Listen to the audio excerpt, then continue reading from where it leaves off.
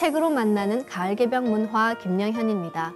지난 시간에 이어 성남 태평도장 교문 옥사장 박진수 도생님을 모시고 사피엔스에 대해 말씀 나누는 시간 가지겠습니다. 도생님 안녕하세요. 네, 반갑습니다. 네, 1부에서는 인류가 이뤘던 농업혁명과 인지혁명에 대해 말씀 나눴는데요. 어떤 내용이었는지 간략히 정리해 주실까요? 네, 현생 인류인 호모 사피엔스 사피엔스는 다른 동물이나 인간종과 달리 거대한 사회를 구성하고 문명을 이룩하여 왔습니다. 저자는 왜 우리 호모 사피엔스가 이런 문명화가 가능했는지를 생물학과 역사학을 결합한 빅히스토리의 시각에서 이야기하고 있는데요. 그 특징을 인간이 똑똑해진 시기인 인지혁명, 자연을 길들여 우리가 원하는 일을 하게 만든 시기인 농업혁명, 그리고 인간이 위험할 정도로 힘을 갖게 된 시기인 과학혁명을 통해 설명하고 있습니다. 구체적으로는 호모 사피엔스가 세상을 지배하게 된 것이 다수가 유연하게 협동할 수 있는 유일한 동물이었기 때문이라고 하는데요. 이 같은 협동이 가능한 것은 인지혁명을 통해 형성된 오로지 상상 속에서만 존재하는 것들, 허구를 말하고 집단적으로 상상할 수 있는 독특한 능력 때문이었다고 설명하고 있습니다. 이후 도래한 농업혁명은 식량 생산량의 비약적인 증가와 인구수의 폭발적인 증가를 초래했는데요. 수많은 사람들이 서로 협력할 수 있게 하는 새로운 허구를 기반으로 새로운 문명을 만들어냈다고 하는 것입니다. 나아가 이런 질서를 유지하기 위해 사회 구성원 간의 위계 질서가 만들어지면서 차별과 착취, 억압이 고착되었는데요. 이로 인해 인간 사이에 오난이 쌓이게 되는 부정적인 모습도 볼 수 있었습니다. 네, 말씀하신 대로 인류는 인지혁명과 농업혁명을 통해 지구 공동체의 중심에 서게 됐는데요. 하지만 동시에 상극의 이치가 인간과 만물을 맡아 천하를 원한으로 가득 채웠느니라 하신 상제님 말씀처럼 이 차별 등으로 인한 원한도 함께 축적되는 시기였다고 할 수 있겠습니다. 이 도생님, 이 상극이란 뜻에는 서로 극한다는 뜻 외에도 서로 경쟁한다는 뜻이 있지 않습니까? 인류 역사에는 경쟁을 통한 발전도 많이 있었죠? 네, 창조적 파괴라는 말처럼 상극이 주는 긴장과 갈등은 변화와 창조의 힘으로 작용하기도 하는데요. 저자는 인류 역사에서 경쟁을 통해 발전한 대표적인 것으로 문화를 예로 들고 있습니다. 농업혁명 이래 인간 사회가 점점 더 규모가 커지고 복잡해지면서 사회 질서를 지탱하는 신화, 호구 등 상상의 구축물 역시 더욱 정교해질 필요가 있었는데요. 이렇게 사람들을 협력할 수 있게 해주는 네트워크가 바로 문화라는 것입니다. 모든 문화는 불변하는 것이 아니라 환경의 변화나 이웃 문화와의 접촉을 통해 끊임없이 변화하고 있는데요. 그 이유는 인간이 만든 모든 질서가 모순을 지니고 있기 때문이라고 합니다. 문화가 이런 모순을 중재하려고 끊임없이 노력하는 과정에서 스스로 변화한다는 것이죠. 단적인 예로 오늘날 세계가 개인 자유의 극대화와 공평한 사회, 즉 평등한 사회라는 두 가지 모순을 조화시키는 데 실패하고 있는데요. 하지만 이는 실패로 끝나는 것이 아니라 우리 인간종의 창의성, 활력의 근원이 되어 문화를 구성하는 자산이 되고 있습니다. 그런데 중요한 것은 이렇게 끊임없이 변화하는 인류 문화에 방향성이 있다는 것인데요. 수천 수만 년에 걸쳐 작고 단순한 문화들이 점점 뭉쳐서 더 크고 복잡한 문명으로 변했다는 것입니다. 물론 로마나 몽골처럼 여러 조각으로 다시 나눠지는 경우도 있었지만 통일을 지향하는 문화의 흐름에서 분열은 일시적인 반전에 지나지 않는다고 합니다. 수천 년이라는 거시적 시각에서 보면 역사는 통일을 향해 끊임없이 움직이고 있다고 이 책에서는 주장하고 있습니다.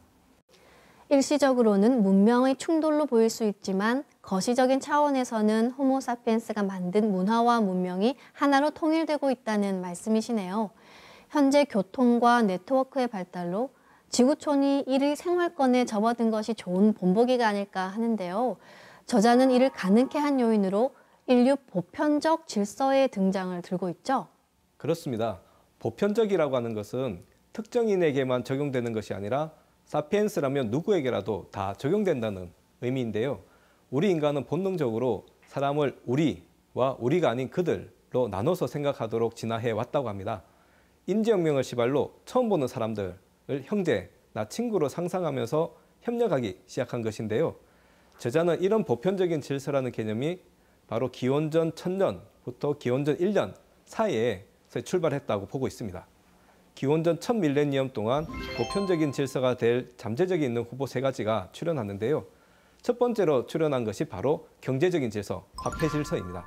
두 번째는 정치적인 것, 즉 제국의 질서였고요. 세 번째 보편적인 질서는 종교적인 것, 즉 불교, 기독교, 이슬람교 같은 종교의 질서였습니다. 그리고 이런 보편적인 질서를 만드는 사람은 상인, 정복자, 예언자들이라고 하는데요.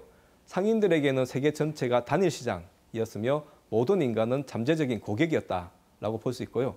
이들은 어디에서나 누구에게나 적용되는 경제 질서를 세우고 싶어 했습니다. 그리고 정복자들에게는 세계 전체가 단일 제국이었고요. 자기 제국으로 만들고 싶었다는 것이죠. 모든 인간은 잠재적인 신민이었습니다. 예언자들에게는 온 세계의 진리는 하나뿐이었으며 우리 모든 인간은 잠재적인 신자였기에 이들 역시 어디에서나 누구에게나 적용되는 그런 질서를 세우고 싶어 했습니다. 지금 말씀하신 화폐, 제국, 종교는 인류사뿐만 아니라 우리 삶의 중요 주제이기도 한데요. 먼저 화폐에 대해서 좀 얘기 나눠볼까요? 화폐가 인류 삶을 어떻게 통합으로 이끈 건가요? 네, 기본적으로 통합이 이루어지려면 먼저 서로 간의 소통이 되어야 하겠죠. 같은 신을 믿거나 같은 왕계에 순종하지 않는 사람들도 기꺼이 같은 돈을 사용하려고 한다는 것이죠. 예를 들어 오사마 빈 라덴은 미국의 문화, 미국의 종교, 미국의 정치를 그토록 증오했지만 미국 달러는 매우 좋아했다고 합니다. 이를 통해 알 수 있듯이 화폐는 보편적인 전환성, 보편적인 신뢰성을 바탕으로 작용하는데요. 우선 화폐는 그 목적이 재화와 용역을 교환하는 데 있습니다. 또한 부의 전환이나 저장, 이동을 쉽고 값싸게 하도록 만들어졌기 때문에 복잡한 상거래망과 역동적인 시장이 출현하는 데 결정적으로 기여했다고 볼 수 있습니다. 사람들도 언어가 다르고 각기 믿는 신들도 다르고 문화도 다를지라도 모두 돈과 보석은 신뢰하지 않았습니까? 이런 공통의 신념이 없었다면 세계 무역망은 사실상 존재할 수가 없었을 겁니다.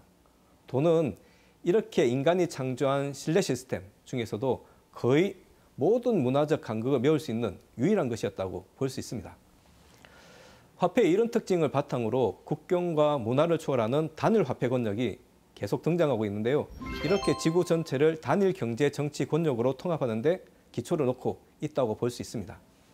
네, 지금 우리가 살고 있는 이 시대를 글로벌 경제 시대라고 하는 것만 봐도 화폐가 인류사에 얼마나 중요한 역할을 차지하고 있는지 알 수 있는데요. 아까 화폐에 이어 인류를 통합으로 이끈 요인으로 제국의 질서를 드셨는데 여기에 대해서도 말씀해 주실까요? 네, 저자는 인류 통합을 순수하게 경제적인 과정으로 봐서는 결코 이해할 수 없다고 말하고 있습니다. 21세기를 사는 거의 모든 사람은 제국의 후예라는 말이 있는데요. 실제로 제국은 지난 2500년간 세계에서 가장 일반적인 형태의 정치 조직이었고요. 이 시기에 살던 인류 대부분은 제국에 속해 있었다고 말하고 있습니다. 제국의 정치 질서는 두 가지 중요한 특징을 가지고 있는데요. 문화의 다양성, 영토의 탄력성이 바로 그것입니다. 이 두 가지 특징 덕분에 제국은 다양한 소수민족과 다양한 생태적 지역을 하나의 정치 체계 하에 묶어낼 수 있었고요. 그럼으로써 인류와 지구에서 점점 더 큰 부분을 하나로 융합해 나갈 수도 있었다고 합니다. 물론 제국을 건설하고 유지하는 과정에서 전쟁이나 노예와 대량 학살 등 참혹한 일도 많이 발생했는데요. 하지만 그 과정에서 수많은 민족과 문화를 통합하고 철학, 예술이 발달하기도 했습니다. 다시 말씀드려 오늘날의 문화 대부분은 제국의 유산을 기초로 한 것이고 제국은 수많은 작은 문화를 융합해서 몇 개의 큰 문화로 만드는 데 결정적인 역할을 했다고 볼 수 있습니다. 이 책의 마지막 주제가 인지혁명과 농업혁명에 이어 인류사의 진로를 바꾼 과학혁명인데요. 과학혁명이 시작된 이래 서양 제국주의 세력과 과학이 결합하면서 인류의 상극성은 더욱 극단으로 치닫게 되지 않습니까? 네, 그렇습니다. 과학혁명은 지금부터 약 500년 전에 시작했는데요.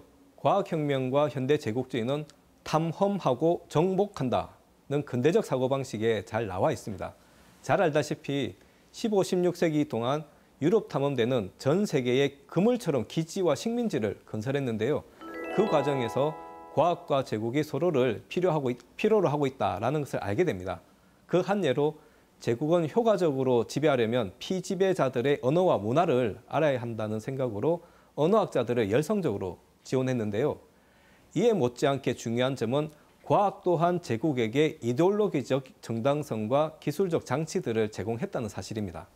생물학자, 인류학자, 심지어 언어학자들까지 유럽인들은 다른 인종에 비해 우월하다. 따라서 유럽인들이 타민족을 지배할 권리를 가진다라는 주장을 뒷받침하는 과학적 근거를 이미 과학자들이 제공을 했다는 것이죠. 마침내 동양으로 눈을 돌렸고 중국과 조선, 동남아시아의 많은 나라들이 서양 제국주의의 식민지로 전락할 처지에 놓이게 됐는데요. 그래서 상제님께서는 이제 동양의 형세가 계란을 쌓아놓은 것처럼 위급하다고 하시면서 서양 제국주의 세력을 물리치는 천지공사를 보신 건데요. 그것이 러일 전쟁과 제1차, 제2차 세계대전으로 펼쳐져 동양에서 서양 제국주의가 물러나고 각국이 해방되는 과정을 거치게 된 것입니다. 네, 말씀하신 것처럼 지구의 많은 지역을 정복할 때 근대 유럽인들이 삼았던 구실이 바로 서구의 우월한 문화를 전파한다는 것이었지 않습니까? 불행하게도 그 천병에 있던 것 중 하나가 바로 종교였는데요. 아까 인류를 통합으로 이끈 요인으로 종교를 말씀하셨는데 이 종교의 역할에 대해서도 소개해 주실까요? 네, 모든 사회 질서나 위계는 다 상상의 산물이기 때문에 모두 취약할 수밖에 없었습니다. 종교가 역사에서 맡은 핵심적인 역할은 이처럼 취약한 구조에 초월적인 정당성을 부여하는 것이라고 볼 수 있는데요. 역사상 보편적이고 선교적인 종교는 기원전 1000년에 와서 비로소 등장하기 시작합니다. 이들 종교는 제국과 화폐에 이어 인류 통일에 크게 기여하게 되는데요. 먼저 종교 발전에 대해서 잠시 살펴보면 종교는 수렵 채집 시대의 애니미즘을 거쳐 다신론이 농업혁명과 더불어 역사에 등장하게 됩니다. 이 다신론에서 일신론과 이신론이 발전하게 되고요. 동양에서는 유교, 불교, 도교 등이 발전하기도 했습니다. 신의 기원에 대한 지배적인 이론에서는 신이 인간 사이의 숱한 문제들에 대한 해답을 제공하는 존재였기 때문에 중요해졌다고 하는데요. 이로써 풍요의 여신, 하늘의 신, 의학의 신 같은 다양한 신들이 등장하는 다신교가 출현했다고 합니다. 자, 그리고 다신교에서는 모든 신들을 다스리는 최고신을 상정하고 있는데요. 다신교들은 최고 절대자를 믿으면서 동시에 다른 신들도 함께 믿었기 때문에 마음이 열려 있어서 이단이나 이교도를 처형하는 일이 극히 드물었다고 합니다. 하지만 시간이 흐르면서 자신이 믿는 신만이 유일신이다라고 하는 일신교가 탄생하게 되는데요. 유대교, 기독교, 이슬람교 등이 이제 대표적이겠죠. 일신론자들은 자신들이 단 한 분밖에 없는 신의 모든 메시지를 자신들만 받고 있기 때문에 다른 종교를 인정할 수 없었답니다. 저자는 이 때문에 지난 2000년간 일신론자들이 모든 경쟁 상대들을 폭력으로 말살시켜 자신들의 힘을 강화하려고 했다고 적고 있는데요. 이렇게 종교가 제국과 화폐 다음으로 인류 통일에 크게 기여했음에도 불구하고 세계를 선과 악으로 나누고 갈등을 유발하고 있다는 점에서 이 점은 인류가 이제 풀어야 될 큰 과제라고 볼 수 있습니다. 네, 말씀하신 것처럼 지금 세계에서 일어나고 있는 대부분의 전쟁이 종교 전쟁이라고 할 만큼 평화를 주창하는 종교가 되려 갈등의 온상이 되고 있는데요. 제가 일부에서 제기했던 문제이기도 합니다만 저자는 인류의 신에 대한 믿음을 상상의 산물이라는 관점에서만 기술하고 있는데요. 이렇게 사회를 유지하기 위한 필요에 의해 신의 존재를 상상하고 신간의 통일을 이루었다고만 한다면 문제가 좀 있지 않을까요? 예, 맞습니다. 만약 종교의 신이 상상의 산물일 뿐이고 거짓이라면 이 또한 언젠가는 무너질 수밖에 없을 겁니다. 태고시대 이래로 사피엔스는 자연의 신성을 직접 체험하며 대화해 왔는데요. 신은 허구의 존재가 아니라 실제하는 존재이고 다신교, 일신교, 이신교 시대에서도 직접 신을 체험하고 그 가르침을 받아내린 사례가 헤아릴 수 없이 매우 많았습니다. 하지만 오늘날의 종교들은 신관이 통일되어 있지 않기 때문에 서로 충돌하여 끝내 전쟁을 일으키며 인류에게 큰 문제를 당기고 있는데요. 신관이 통일되지 않는 이상 우리 사피엔스 종 전체에게는 평화가 없을 것입니다. 증산상제님은 인류 역사에 대립과 분쟁을 지어낸 말썽 많은 신관들을 이론적 다신관으로 결론 내려주셨는데요. 이론적 다신관은 천상에 살고 있는 모든 선령신이나 우리 각자에게 깃든 신, 그리고 우주를 통치하시는 상제님의 성신이 본질적인 가치로는 모두 동일하다는 것입니다. 단지 타고난 기국과 성품이 다르고 수행 경지의 높고 낮음의 차이가 있고 세상에 베푼 공덕의 크고 작음이 있기 때문에 천상 신도 세계에서 도격과 위격이 서로 구분되는 것인데요. 그래서 상제님은 당신님이 유일한 창조주 하느님이고 그 위에는 모두 피조물이다 라고 말씀하지는 않으셨습니다. 천지의 모든 신들을 있는 그대로 인정해 주신 것이죠. 모든 사람이 인격과 심성과 성품에 독특한 차이가 있지만 동일한 인간으로서 각자 고귀한 인생의 주인공이 되듯이 신명들 또한 그 본질에 있어서는 모두 동일한 존재로서 누구도 빼앗고 억압할 수 없는 존귀한 신격과 생명의 존엄성을 지니고 있는데요. 그 중에서도 상제님은 최고의 조화 권능으로 신의 세계를 주재하여 다스리시는 최상의 위격에 계시는 인격적 통치자이십니다. 우리가 신의 세계를 정확히 알고 각 종교의 신관이 상제님의 도법으로 통일될 때 인류의 평화도 그때 이루어지리라 생각됩니다. 네, 이 세상에는 자연신과 인격신 등 수많은 신들이 존재하고 이들 신의 세계를 다스리시고 주재하시는 최상위 위격으로 상제님이 계신다. 이렇게 요약할 수 있겠네요. 그런데 제가 이 책을 읽으면서 저자의 독특한 견해에 감탄한 게 있는데요. 자본주의와 공산주의를 근대 새로 등장한 종교의 일종으로 얘기하더라고요. 네, 잘 알다시피 근대는 강력한 종교적 열정시대, 전대미문의 포교 노력과 역사상 가장 피비린내 나는 종교전쟁의 시대였습니다. 이와 더불어 신을 배제한 수많은 자연법칙 종교가 근대에 새로 등장했는데 자유주의, 공산주의, 자본주의, 민족주의, 국가사회주의 이런 것들이 바로 그런 예라고 볼 수 있습니다. 이들은 스스로 종교라고 말하지 않고 이데올로기라고 칭하고 있는데요. 하지만 저자는 만일 종교를 초자연적 질서에 대한 믿음을 기초로 한 인간 사회의 규범과 가치 시스템이라고 정의할 수 있다면 공산주의도 이슬람교에 비교해서 손색 없는 종교라고 하는 것이죠. 저자는 그 유사성을 예로 들고 있는데요. 공산주의자들이 인간의 행동을 인도해야 할 초자연적 질서와 불변의 법칙을 믿고 있고요.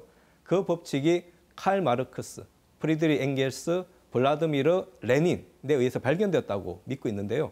그것과 더불어서 경전, 예언서뿐만 아니라 나름대로의 기념일, 축제가 있다거나 독실한 공산주의자가 생명을 바쳐서라도 마르크스와 레닌의 복음을 전파하려고 하는 것, 그것도 한 예라고 보고 있습니다.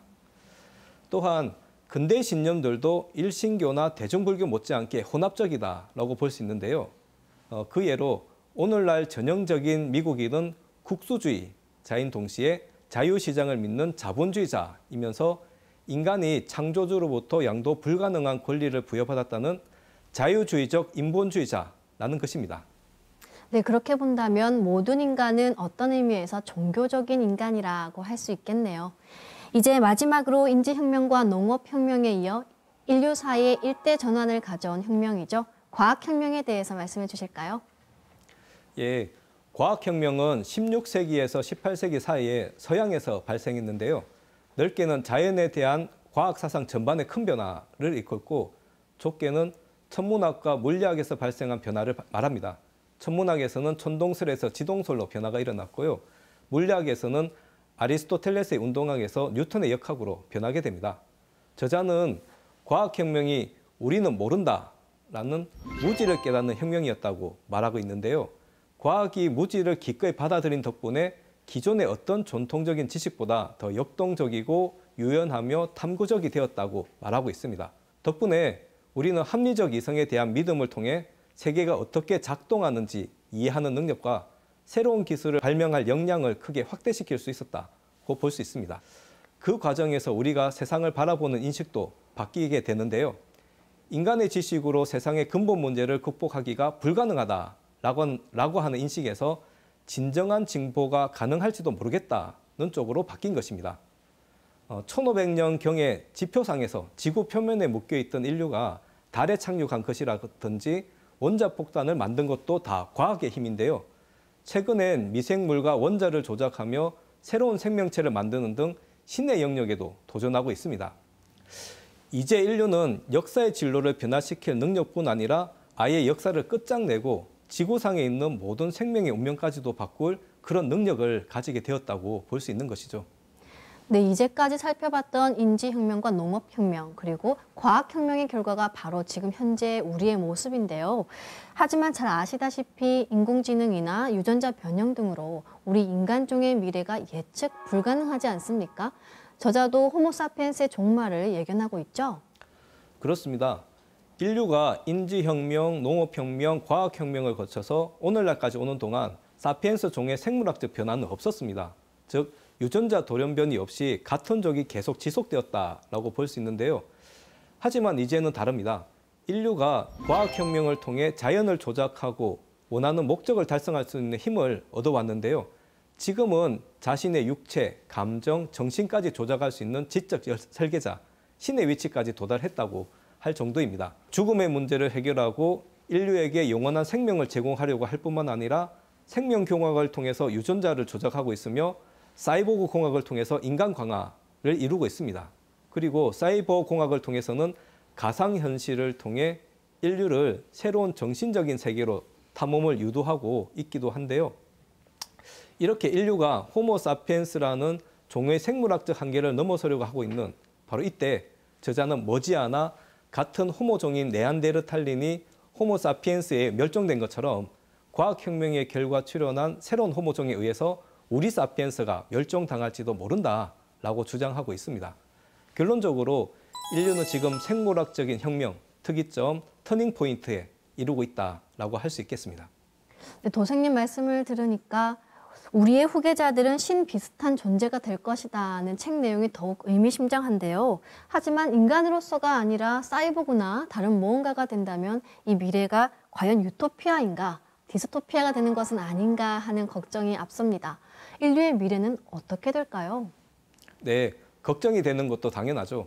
매트릭스나 터미네이터 등의 영화에서는 인류 미래가 가상현실이나 기계 문명에 지배당하는 모습을 볼 수 있는데요. 누구도 그런 암울한 세상에서 살고 싶지는 않을 겁니다. 앞으로 어떤 세상이 펼쳐질지 먼저 미래학자의 예측을 소개시켜 드리고 싶은데요. 그들은 지구의 통일 정권이 등장할 것이라고 보고 있습니다. 이를 저자 하라리 교수는 지구 제국이 출현할 것이다 라고 보고 있는 것이죠. 그때에는 개인정보가 거의 모두 노출되면서 자신의 생각이나 행동이 타인에 의해 공유되고 또한 감시되기 때문에 인간은 도덕적으로 변모될 수밖에 없다고 합니다. 사이버 세상이 펼쳐지고 육체 노동은 로봇에 맡기고 인간은 지적 탐구, 깨달음의 영성 문화에 집중하게 됩니다. 물론 유전공학의 도움으로 장수 문명이 펼쳐지고요. 상제님께서는 후촌에는 모든 백성의 세병사장을 물리쳐 불로장생으로 영락을 누리게 하리니 너희들은 황골탈퇴되어 키와 몸집이 커지고 옥골풍체가 되느니라 라고 하시면서 이렇게 펼쳐질 앞세상을 지상성경이라고 말씀하셨는데요. 상제님 말씀처럼 후천 가을에는 지구상에 세계 일과 통일 정권이 들어서고 무병장수하고 전쟁이 없는 평화로운 세상이 건설됩니다. 그리고 물질 문명과 정신 문화가 통일된 열매기 문화, 우주 가을의 신선 문화, 지상 성경이 펼쳐질 것이라고 저희들을 축복해주고 계십니다. 인류가 꿈에 그리던 역사의 종착지가 상대님께서 열어주시는 상생의 후천 성경이라는 말씀이시네요. 그럼 마지막으로 정리 말씀 부탁드릴게요. 네, 유발 하라리 교수는 이 책 사피엔스를 통해 현생 인류, 호모사피엔스 전체 역사인 빅 히스토리를 통찰하고 있는데요.